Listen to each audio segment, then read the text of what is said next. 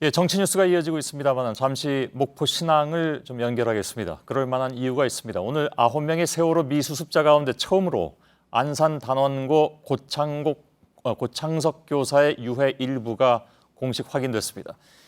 이달 초에 진도 앞바다 해저면에서 발견한 뼈에 대해서 DNA 검사를 통해 신원을 확인한 겁니다. 먼저 목포 신항에 남아서 46일째 취재 중인 이가혁 기자를 연결하겠습니다.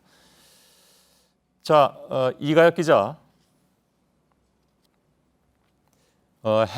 해수부가 발견한 유해에 대해서 DNA 분석 결과를 발표한 것이 오늘이 처음이죠.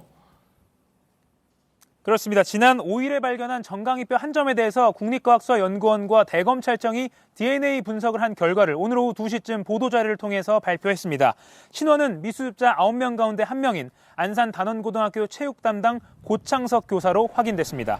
현재까지 발견된 미수습자 추정 유해 가운데 이렇게 DNA 분석 결과가 공식적으로 발표된 것은 이번이 처음입니다.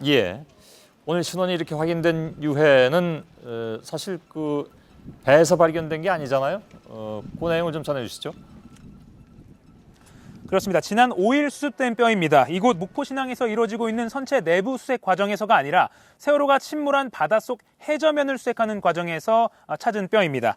해당 장소는 세월호가 인양되기 전까지 미수습자 잔류 가능성이 컸던 선미가 맞닿아있던 해저면이라서 특별수색구역이라고 지정된 곳이었습니다. 잠수사들이 호미로 해저면을 일일이 훑어보는 과정에서 찾은 유해입니다.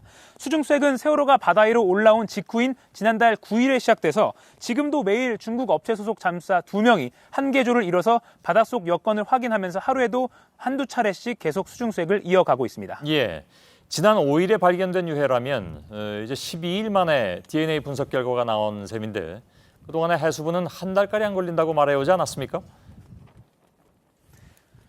네, 일반적으로 뼈 DNA를 분석하기 위해서는 뼈 안에 있는 칼슘을 완전히 제거해야 하는데 이 과정이 2주에서 3주가량이 걸린다고 합니다. 다만 오늘 신원이 확인된 유해의 경우에는 상태가 비교적 양호하고 또 칼슘이 자연적으로 제거된 부분을 먼저 채취해서 검사를 맡겼기 때문에 상당히 검사 기간이 단축됐다 이렇게 해수부는 설명했습니다. 마찬가지로 현재까지 발견된 많은 미수습자 추정 유해 가운데서도 이렇게 예상보다 더 빨리 신원이 확인되는 경우가 나올 수 있습니다. 한 가지만 더 질문하죠.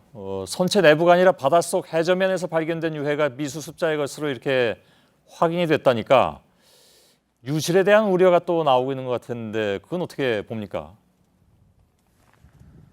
네, 현재로서는 정확히 알 수는 없습니다. 배 안에 있던 유해 중 한 점만 배에 있던 그 유실 방지망이 제대로 설치가 안 됐거나 떨어져 나간 어떤 특정 지점을 통해서 바다 밖으로 나갔거나 또는 애초부터 이 유해가 선체 밖인 바닷속에 있었을 가능성도 배제할 수 없습니다. 하지만 이 모두 추측일 뿐입니다. 미수습자 가족들 역시 일단은 선체 내부와 또 해저면에 대해서 최대한 꼼꼼하게 수색해달라 이렇게 요청할 수밖에 없는 상황이다 이렇게 입장을 밝혔습니다. 이가혁 기자가 목포신항에서 전해드렸습니다.